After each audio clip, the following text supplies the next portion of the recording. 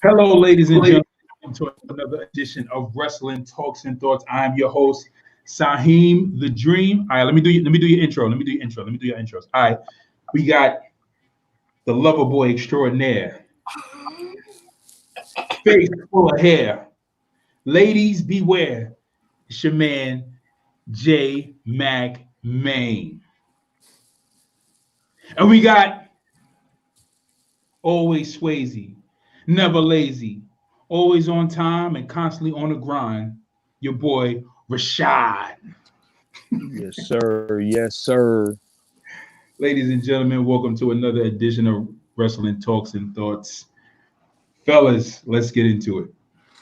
Yes, indeed. Yes, indeed. All right, so let's talk NXT. No, let's skip NXT. We didn't see NXT this week, so we've been slacking I a little did. bit. I always watch NXT. Oh, okay, Jay. Okay, Jay got Well, to see. Okay, Jay watched NXT. you give the NXT review, brother. Yeah, you give the NXT review. You give us the breakdown. What's been going on? I'm a All little right. bit busy.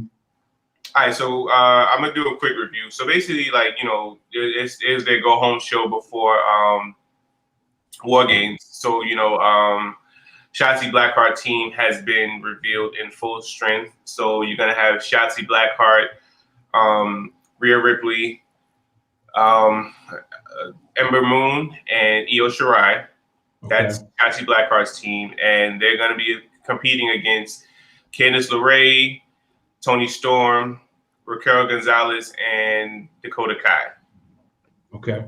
Shotzi Blackheart and Raquel Gonzalez competed in a ladder match, which Gonzalez won due to at that point it was a mystery member, but Io Shirai came out and helped Shotzi Blackheart team win.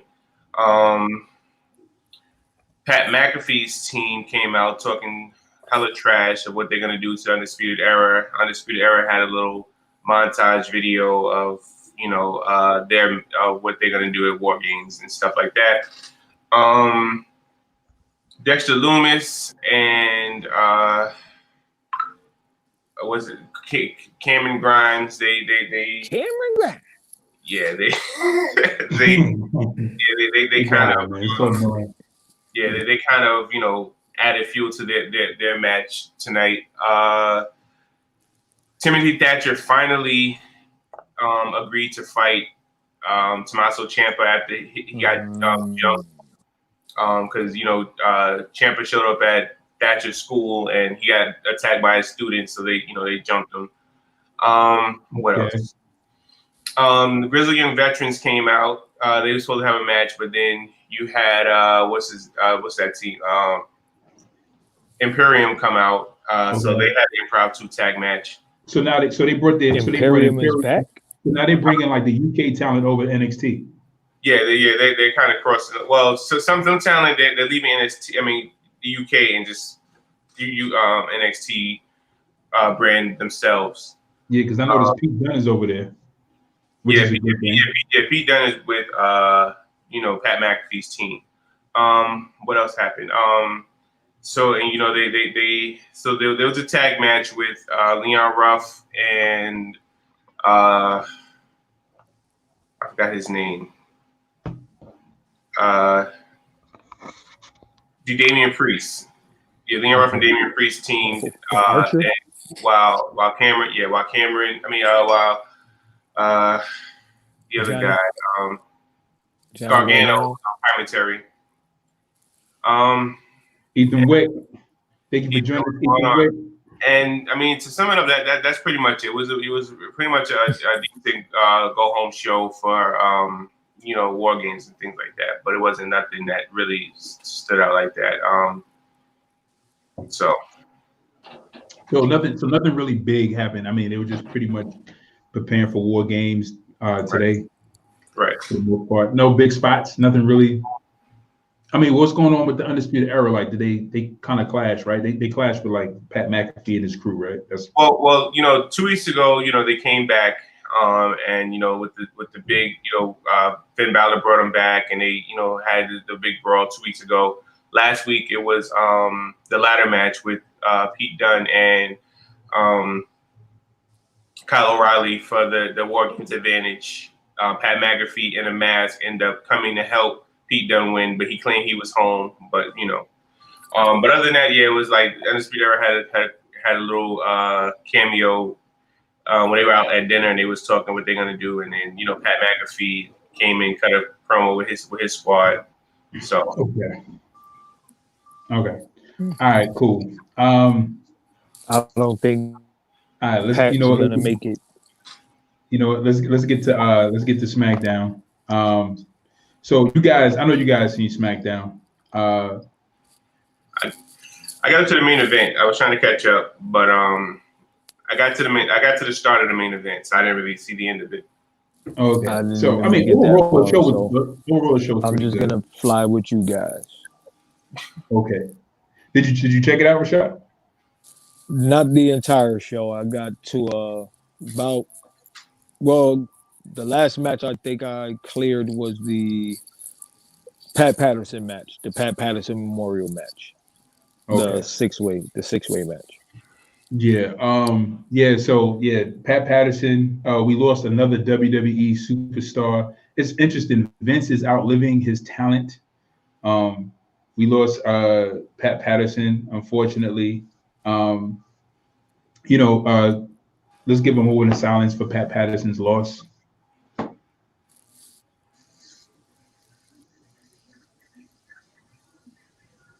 All right.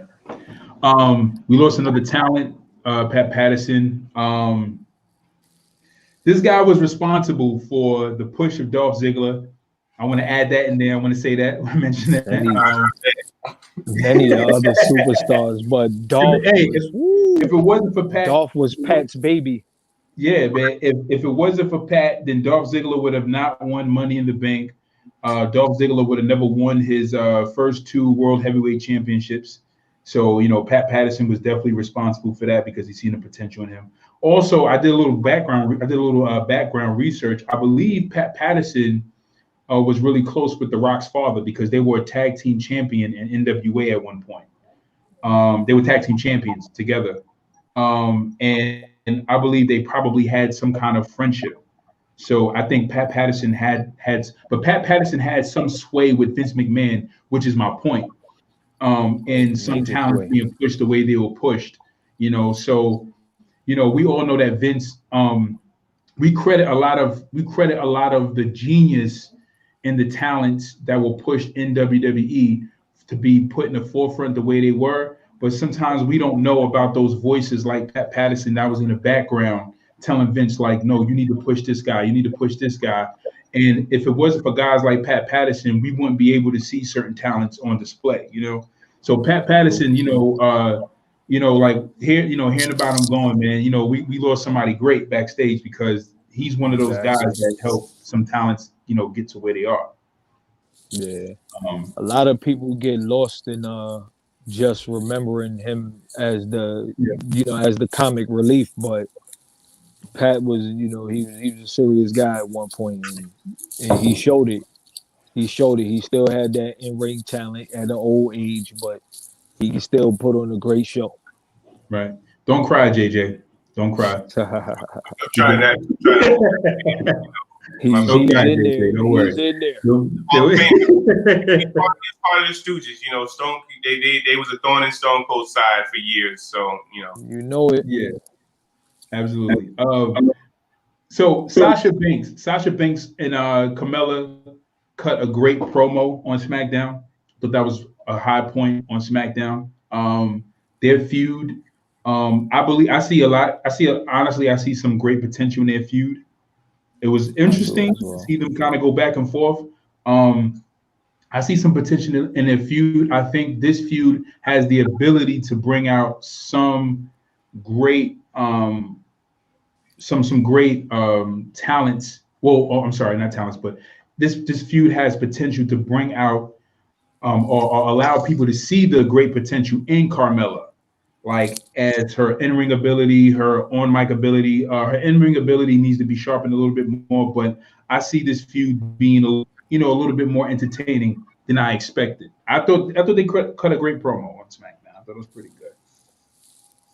So it's like Carmella she just hits a little bit of the cutting edge, like Yeah, not the cutting edge, but like the sharpening edge, just to just to perfect her craft. Because I mean, even when she first came up, I thought she yeah, was pretty good as far as the whole Mela is money gimmick that she was using before that rolls over into this untouchable gimmick. So I guess she must have went from being the money to now the money makes her untouchable, yeah. or are they respinning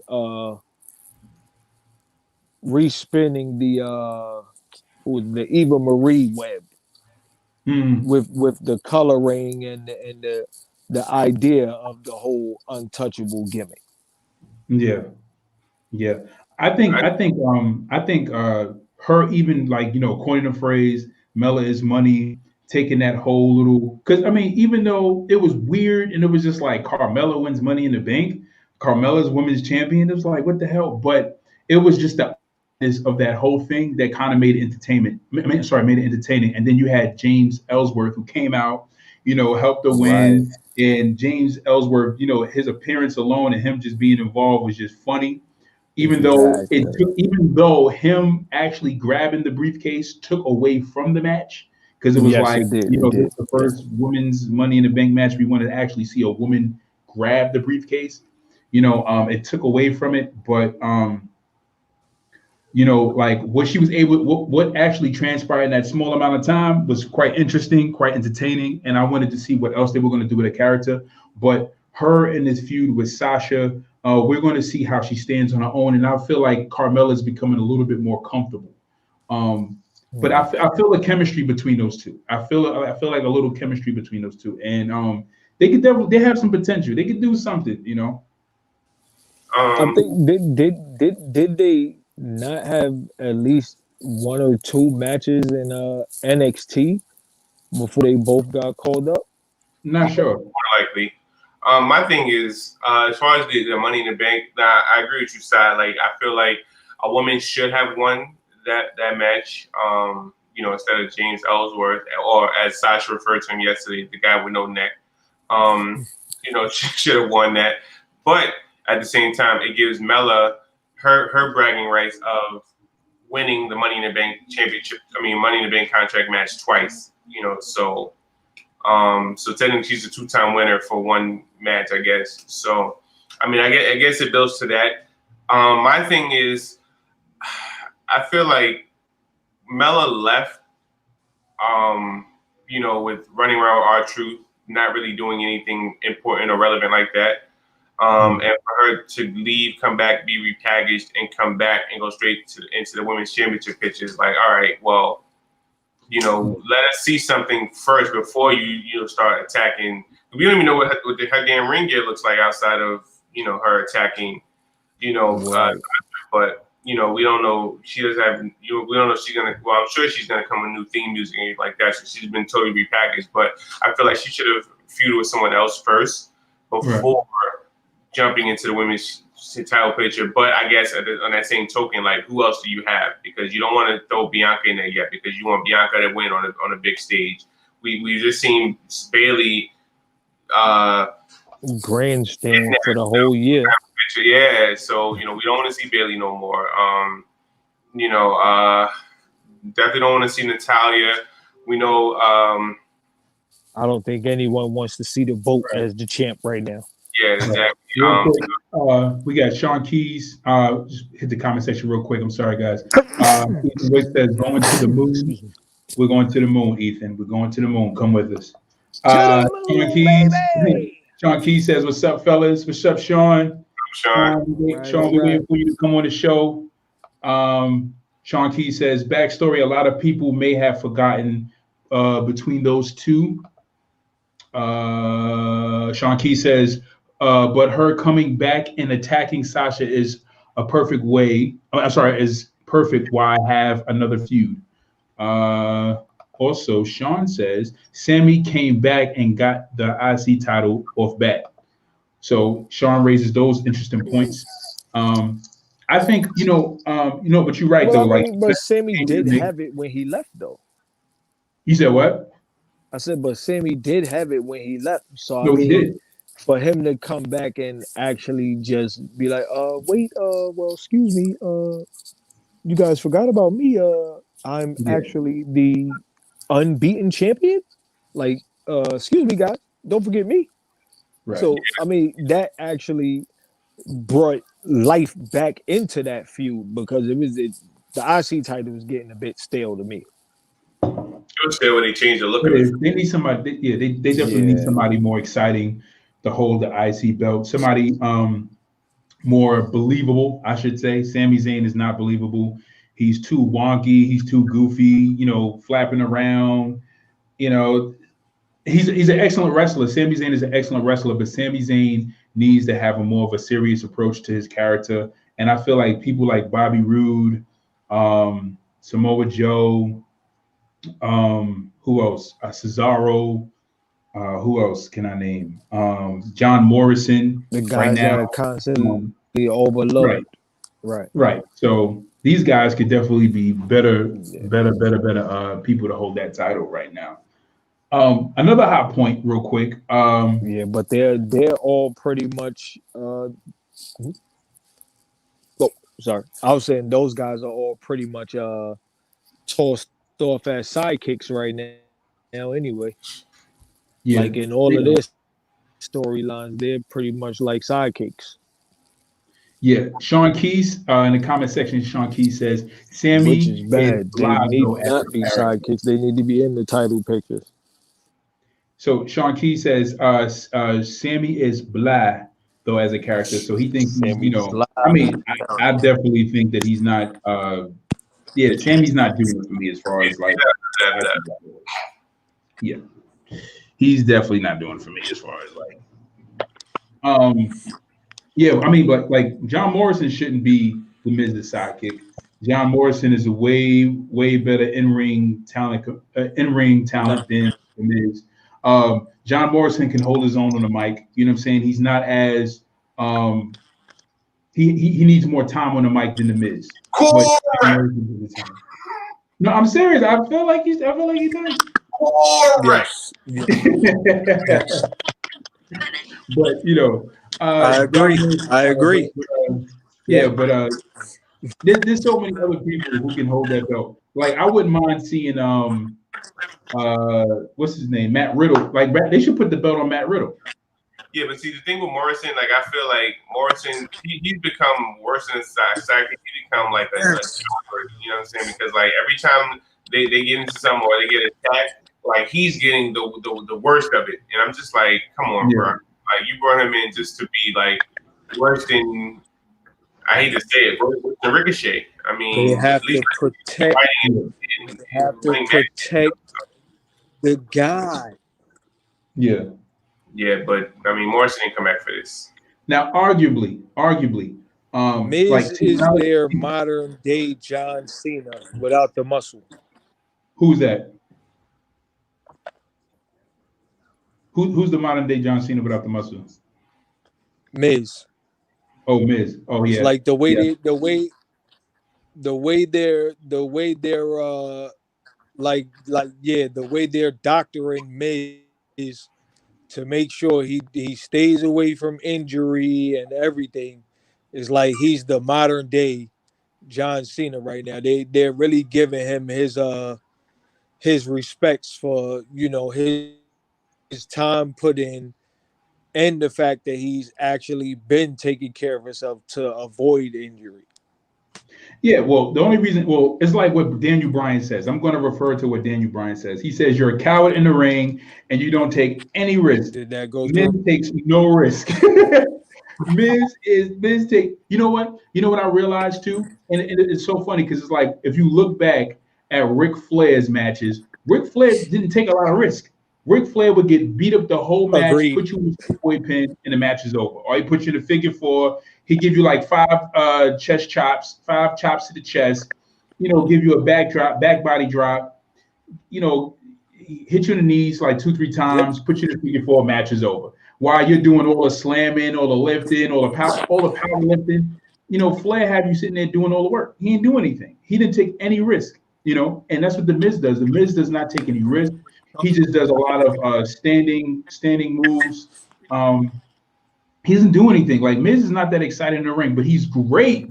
He's great on the mic, but but the Miz is like a little average to below average in the ring. Now this is what I wanted to say. Arguably, right? Arguably, if you look at what's his name? You look at if you compare John Morrison's return to Drew McIntyre's return in the ring, arguably John Morrison will give you a better match than Drew McIntyre. Arguably, you know what I'm saying? On the mic, I think that John Morrison has the ability to be within the same grounds on the mic with Drew McIntyre. But Drew McIntyre was chosen because he was Vince McMahon's prodigal son. He returned, he left. Things didn't live out to the way they expected. He returned with a new body, a new shape, and they pushed him to the forefront. Well, and you forget McIntyre went through the NXT system where Morrison just went straight back up to the main roster. I feel I guess they're cool, Miz and Morrison, and it's cool. But at some point, I feel they do need to break them apart. So Morrison can shine a little better. But I want to talk about a high spot for me that kind of stood out. E had new entrance music last night. Yes. And he brought back the powder. Yes. That was kind of like, okay. Right. So does this mean that's good you brought that up, because does this mean that he's going to all right, sorry. I'm gonna hit the comment section real quick. Ethan Wick said, bro, he was agreeing with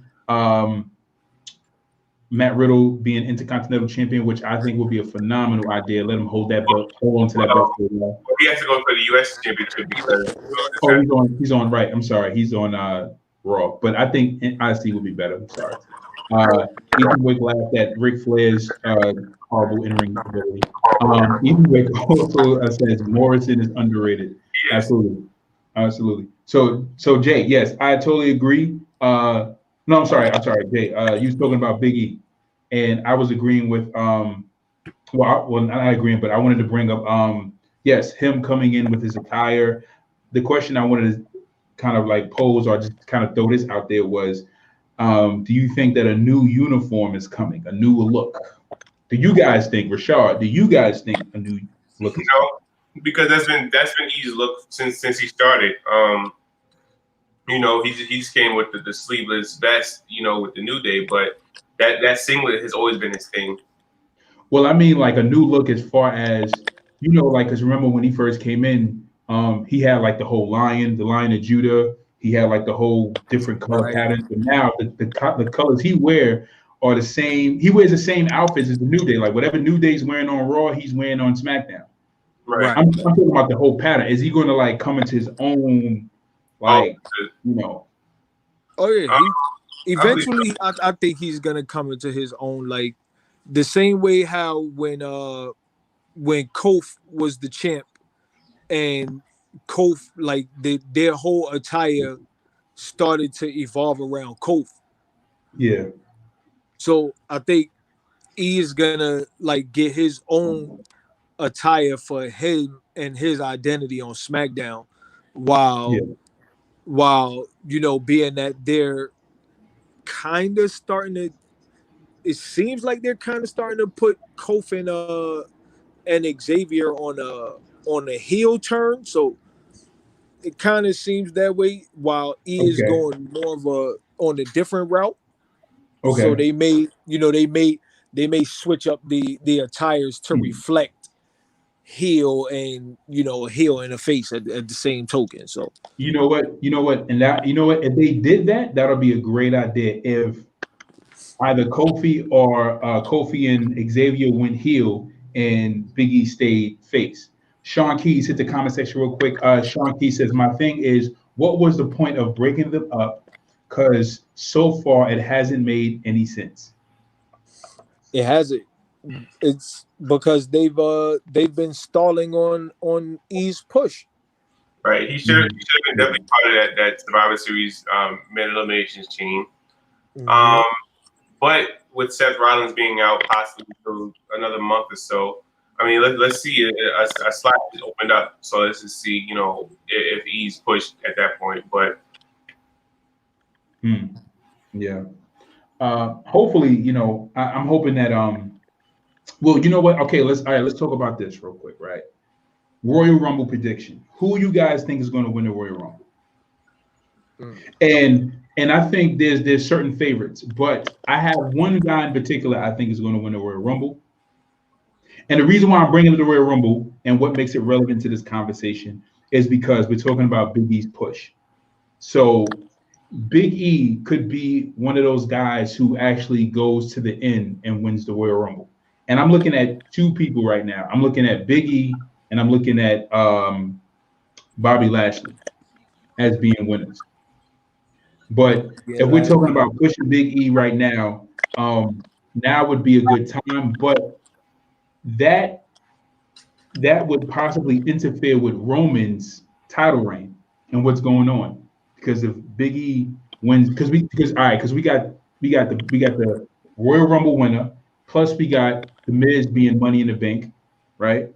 And then we got Roman Reigns' title run. Now, the only person whose title is really fair game and up for grabs, where they could just take the title off him and switch it to any other competitor and it wouldn't matter, would be Drew McIntyre. If Drew McIntyre lost the belt today, it'd be like, all right, he lost the belt. Let's give somebody else a shot. I'm cool with that. But right now, we see what they're doing with Roman. They're not trying to change the story. They're not trying to do anything. They're not trying to move no pieces of what's going on. They want to keep Jay in the mix. They want to keep Paul Heyman there. They want to keep the belt on him. That I think more so with Roman's with what they're doing with Roman is more for the long game. And right. Just like Sean says here in the comments, I see. He just acknowledged the same notion I was just about to talk on. Now go ahead, read it out. You can read it out. He said, well, are they still looking to have The Rock versus Roman at Mania? And I think that's the bigger storyline, which is why they're making sure to keep the push on Roman, because they're also supposed to be adding other members, according to the rumor mill, at least. They're supposed to be adding more members, both female and male. So I don't really know how it's gonna pan out. It's just trying to get to it. Just trying to get to it. Okay. No, that sounds good. I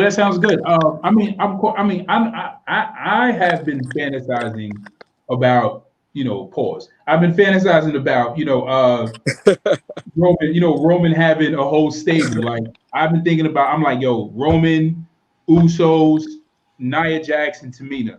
Like and Samoa Joe. Like that'll be it. Like that'll be it for me. Like my brain will explode. Let me hit the comment section real quick. Ethan Wick says Keith Lee or Big E is his choices for the Royal Rumble. Sean Key says building the family story going into that match. And Sean also says they just need to sign Sean and it's complete. Laugh myself. Sean. I think he meant scene or sign Sean and it's sign Sean and it's complete. And isn't that the other brother or cousin son from? Yeah, that's exactly where I was about to go to too. They were supposed to be adding an all new family member to the company, but they like right now with Marmalado, the Uso brothers.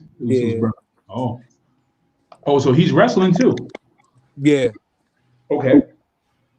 They have. But he'll be like this, like unknown. I don't know why he's deep in the game. You said what? Say that again. I said that I know why he's deep in the game. Yeah, absolutely. I think they got blood in every organization. I think.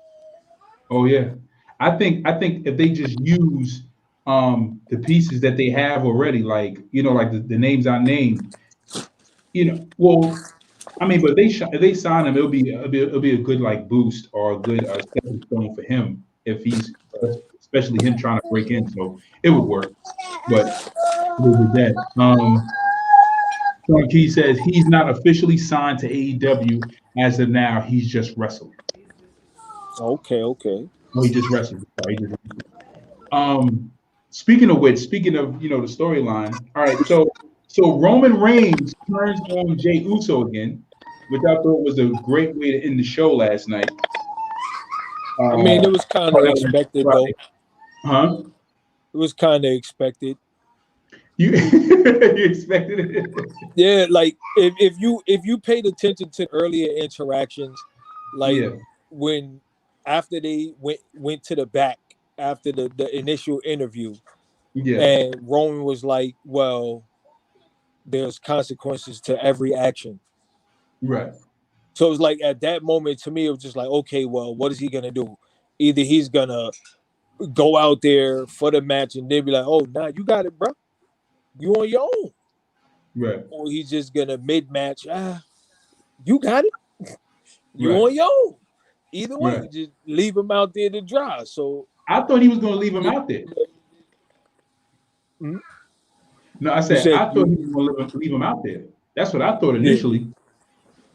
Because remember when he came out, like his music, like he didn't he came out. Roman didn't come out behind him, so he was out there wrestling. And I was like, oh, so he's going to leave him out there. So I was like, all right, so he's going to leave him. But then when he came out there and he fought with him, I was like, all right, he's going to fight with him. But then when he just turned on him, you know what I'm saying, during the match, I'm just like, okay, all right, so this is what this is.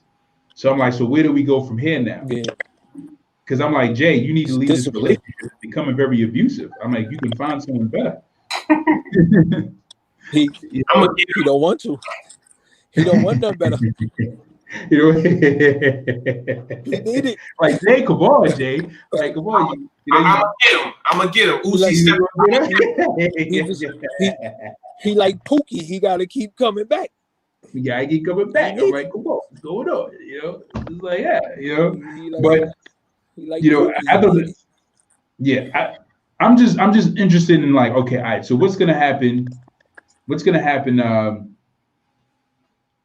here on? How they gonna play this out? I think this is very interesting as to how this is gonna play out, because this is gonna do two things for Jay if they have any plans to keep him as to push him to the top.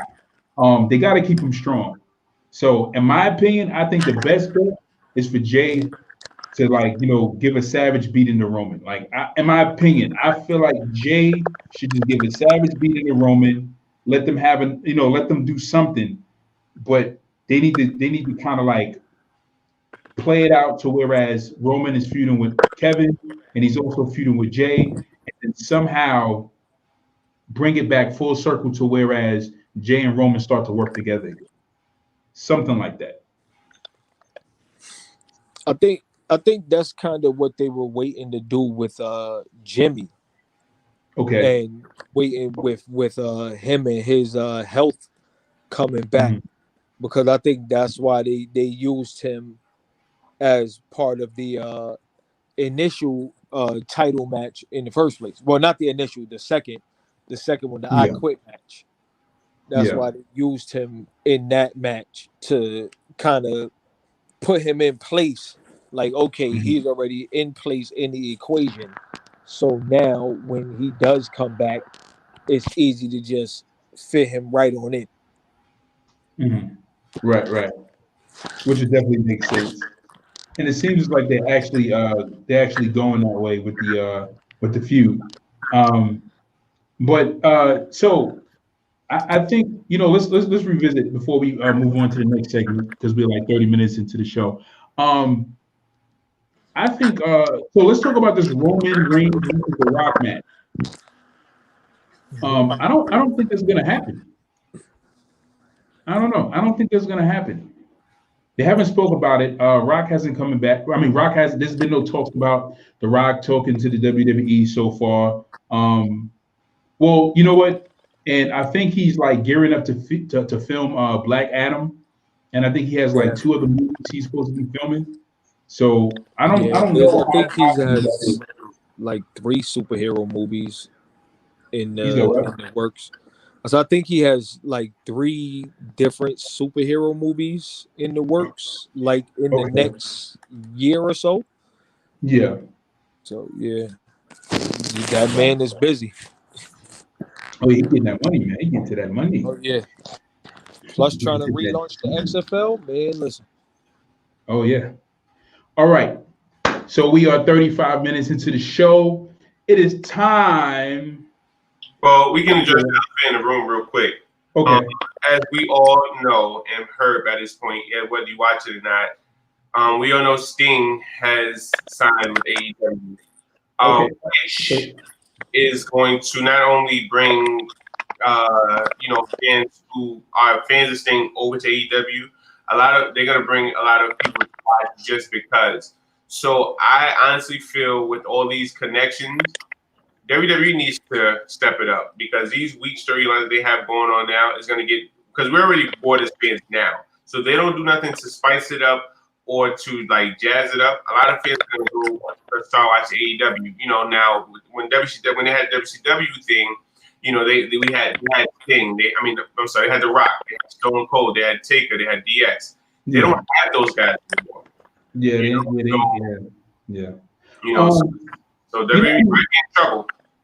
I mean, well, Sting showing up to in AEW was like, okay, so you're at another second-rate show again, and you're gonna go there and cut down more time that you could have had. It's just like to me, like watching Sting. And TNA and AEW. Well, watching Sting and TNA to me was like one of the saddest things because he should have went to WWE. He was in talks for years, and he said the first time he was in talks, he said he didn't go over because he didn't like the way the guys in WCW were being treated, so he didn't come. So I'm like, all right, cool. But once they started getting better treatment, he could have renegotiated something with Vince, because there were some guys that went over from WCW that got good treatment, like Scott Steiner and Goldberg. But Scott Steiner's, push didn't go as well as planned because Scott Steiner had a lot of friction with Stephanie and Vince and Triple H backstage. So they were really trying to put the World Heavyweight Championship on Scott Steiner, but there was some issues going on there. But I just get sad when I look at just like Sting going back to AEW because I'm like, okay, you're going back to AEW to do what? Like the ultimate climax for Sting was fighting a Triple H. It was fighting a Rock. But at the top of that mountain was the Undertaker. All he needs to do is have that match with Undertaker, give his all in that match as Undertaker does the same, and he could just retire. You ain't got to do nothing else, Sting. Like, but you're gonna go to AEW and do what? What are you gonna do? I'm not entertained by that, honestly. Well, I mean that too, but you also have to look at the factor of when Sting got hurt in the match with Seth. Yeah, it was like WWE officials. They were basically doing the same thing that they were doing with Daniel Bryan. They wouldn't clear him. So they wouldn't allow Sting back into the ring. And then when they finally did start talking about, oh, well, okay, he's in a better place now, and it looks like he can go, Undertaker's whole demographic changed because now he's leaving. So now with Undertaker leaving and them stalling Sting, like, oh no, we want your health. We prefer your health. We prefer you to be healthy. We don't want you, to get hurt, blah, blah, blah. That pushed that right out the window. As WWE does, they have the talent. They always have the talent. They always have the situations and the opportune moments to set up these dream matches, and they squander them. Yeah, they do. Absolutely. All right, guys, we are coming close to the close of our show. Let's get into this spicy topic. Top five. It's very spicy. Top five hottest women in. Now these are our choices. So you guys are logged on. You guys are watching this. I want you guys to drop in the comment section below who are your top five hottest women in wrestling. And I don't mean, as far as in-ring ability, we're going to do that another time, but we're just talking about, the top 5 hottest women in wrestling. All right. So wait. That kind of leaves it open. That kind of leaves it open to like ringside, like JoJo and Charlie and all them. Are we saying in ring talent or no. We just we just talking about hot. general? We talking about hot women. Hot. She's hot. Oh man! So now I got to go back to the drawing board again. The list is already made, Rashad. You can't change the list. Game over. I got a couple of more honorable mentions here. Well, I didn't know I had that much wide spectrum to go with. Listen. We didn't even post our top 5, and Ethan Wick already gave us a list already. He said Kara Hogan, Stacy Keibler, Natsu, Ali, and Naomi. All right. Without further ado, let's get to the slideshow. All right. Here we are. Let's get to the slideshow. Bianca Belair was, all 3 of us chose Bianca. So hands down, out of this whole list, she's probably like the hottest one. All right. Bianca Belair was all of our choices. Brandy Rhodes. Rashard chose Brandy Rhodes as one of his picks. Jade was one of Rashard's picks. Jade is bad though. I ain't gonna front. Jade is bad. Y'all were right. What? Layla L was J Max Main's pick. Mandy Rose was one of my picks. Mandy Rose. Mickey James. Mickey James was one of my picks. Who went to the classics with Mickey? Yes. Paige. I thought Mickey was one of my favorites. She still is. Paige. Oh, Paige. I like Paige. Paige is sexy. Sasha Banks was Rashad's and Jay's pick. Toni Storm. Toni Storm almost made my list. So that's the kind of but she was Jay's and Rashad's pick. She got the shake and bakes. Yeah, she does. Chris was Jay McMahon's pick. Victoria was one of my picks. Yes, Victoria. Yes, Victoria. Yeah. Okay. This is how the game works. All right. So out of the top 5 hottest, they are rated from the point system from 1 to 5.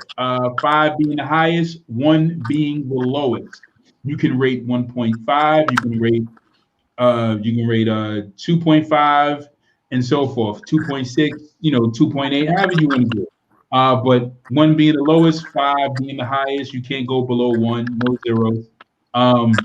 We're going to rate them on 3 things: beauty, sex appeal, and the total package. Now, the total package, I wanted to keep this very family friendly, so I didn't want to talk about the tiggle bitties. I just wanted to kind of keep it a little PG. I don't want to put up any sexy slides, you know what I'm saying? And then, I get inboxes from people like, "Oh my God, I can't believe you're showing this soft porn on Facebook." Definitely not. I don't want to hear all that. Because these women got some sexy pictures, so I didn't want to show no soft porn. So I kept it nice and clean, nice and classy, baby. So we're going to go from beauty, appeal, total package. All right. So we're only going to do 2 each, 2 apiece. Well, we're going to do 1 apiece because we got to wrap up real quick because we are actually winding down, and then we have to do a real quick more games. So I'll just do 1. Jay, you're gonna do 1. Rashad, you're gonna do 1. So, and 1 from your list. So, the one I have from my list, I'm going to go with is Victoria. She's the first one that popped in my head. So I'm gonna go with Victoria. Okay. So I give her beauty on a scale of 1 to 5. I give her, as far as beauty is concerned, I like her face. I give her 5. Sex appeal, I give her about a 4.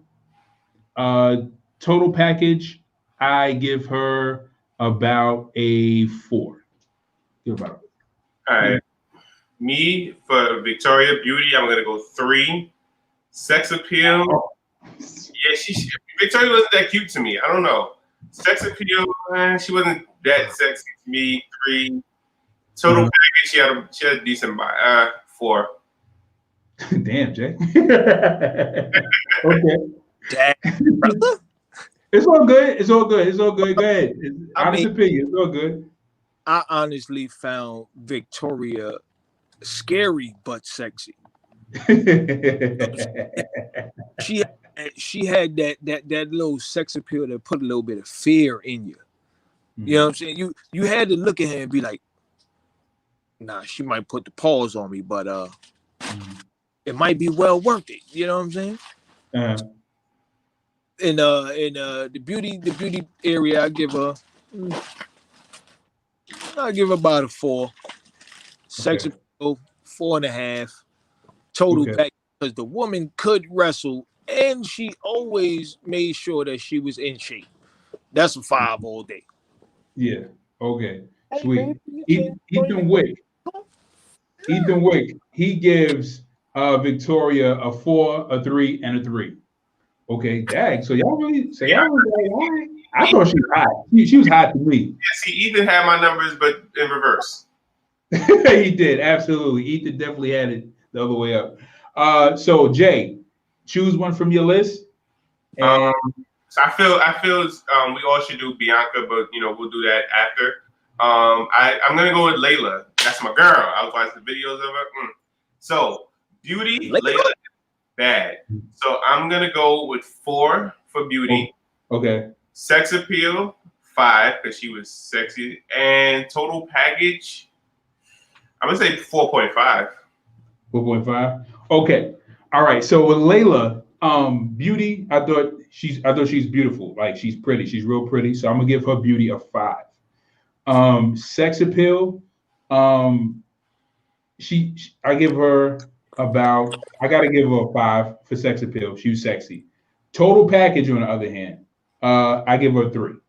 As far as the body, just everything together, like the face, sex appeal, she had it, but the body was okay. So I give her like a 3.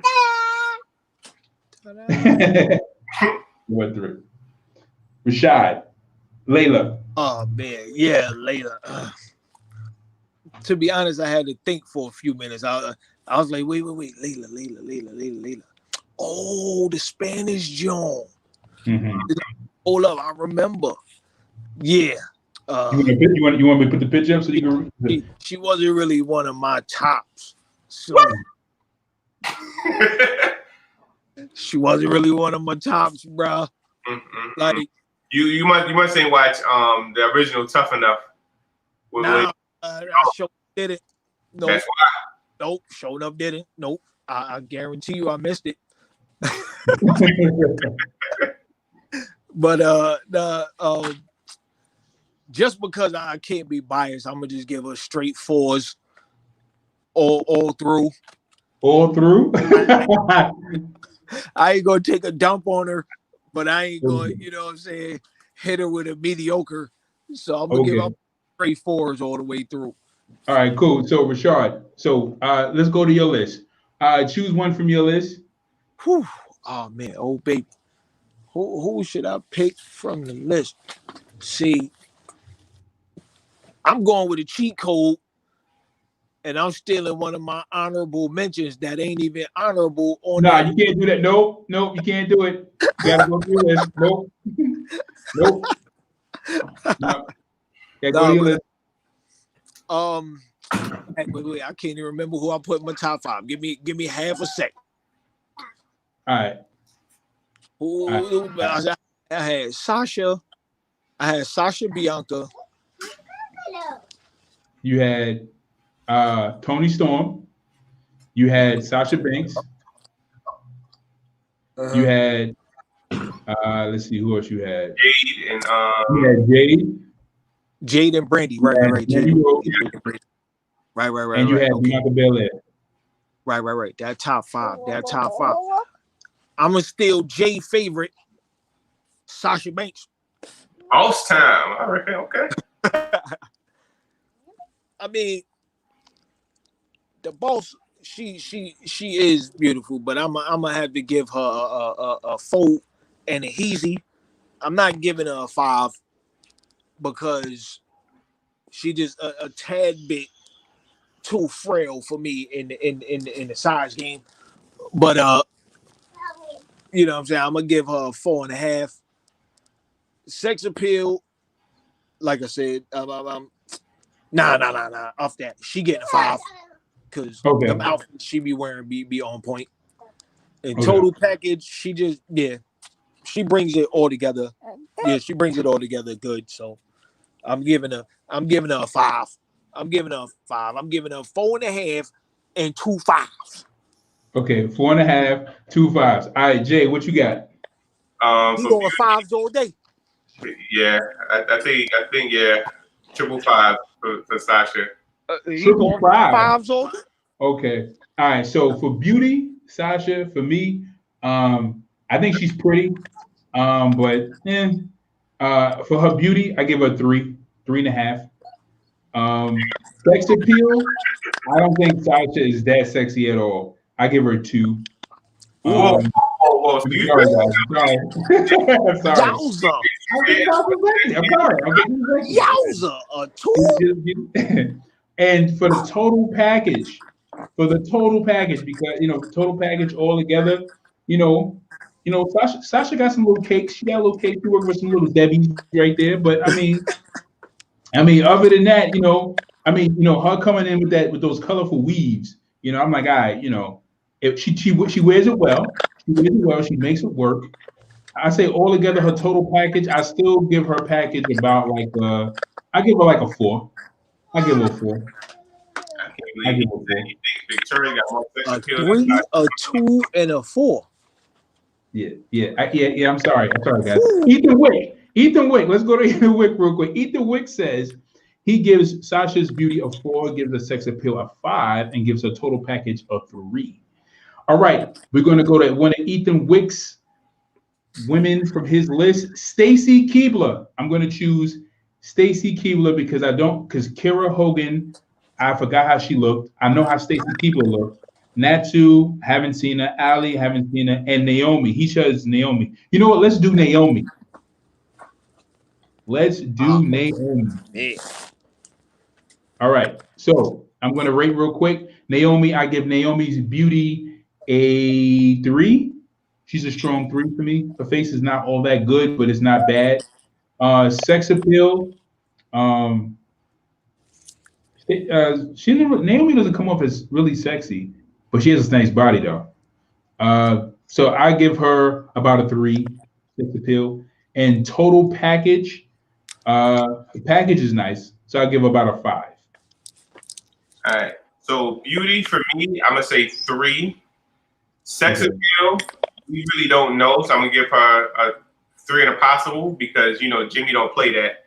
So I'm gonna score 3 and possible for sex appeal, and total package 5. Package 5, okay.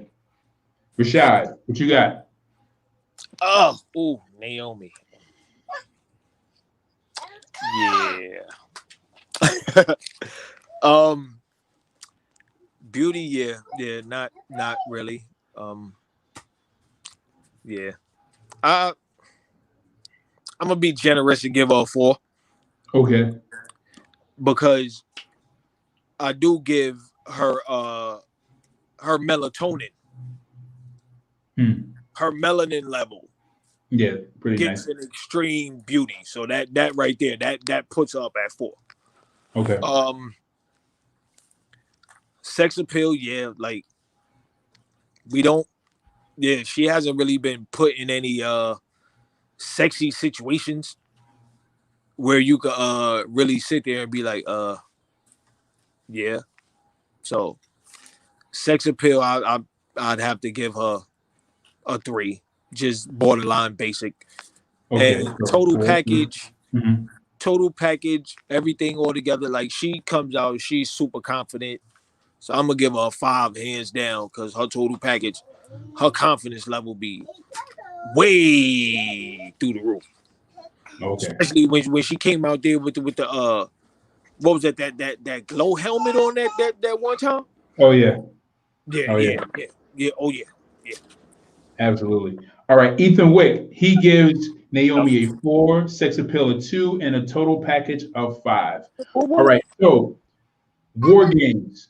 Let's get to the predictions real quick. Any of you guys have any predictions for War Games? NXT War Games. I got Team Shotzi. Yeah. Team Shotzi. I'm a Shotzi junkie right now, so I got Team Shotzi. Yeah, she does have a better team overall, but I mean, as far as like pushability, because Candice's team, I don't see none of them really getting no push like Candice been getting a push. Outside of Tony. Yeah, Tony. Well, she already had her push, so I kind of don't even really see her getting another big push like that either anytime soon. Okay. Unless she's going back for the UK women's title, but you know, that'll be sending her back over there where she don't get no TV time. So I doubt it.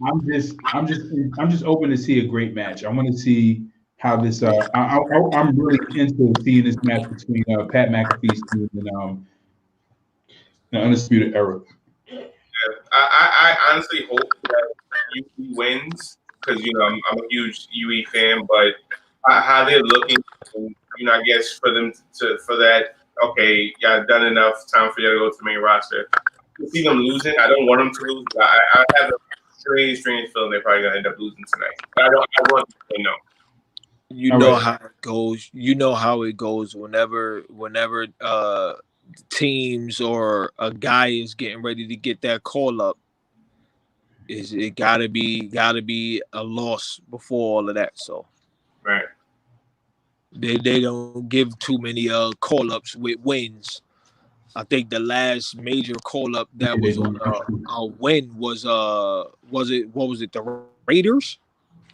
Yeah, that's true. When they came up with the titles, and then after that they sent them back to lose. Well, Sasha, you know, ended up coming up to the main roster with a win because she had the NXT Women's Championship. They ended up giving it back. Does Velveteen Dream have a match?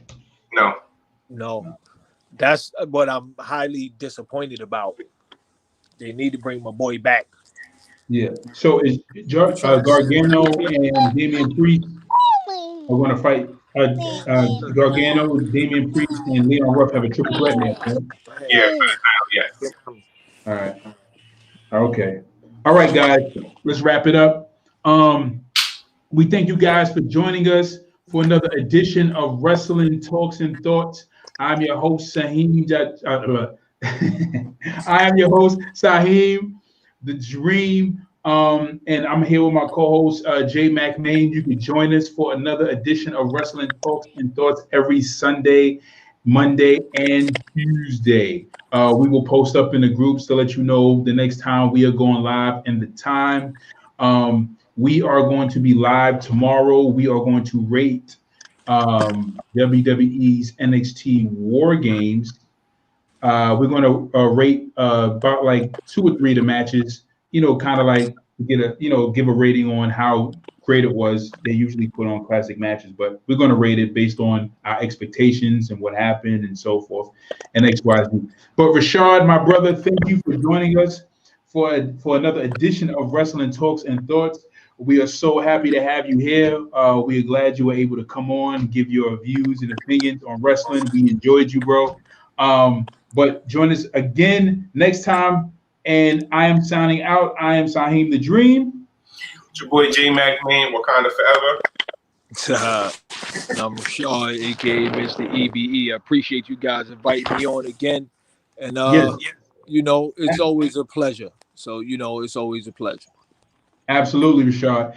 Guys, don't forget to like and subscribe and share. If you see the video posted up on Facebook, share it with your wrestling buddies so they can come on and give their thoughts and opinions. If you are catching this on YouTube, make sure you like and subscribe so you can catch our weekly episodes so you can talk wrestling, talk, and thoughts with us. We will see you guys later.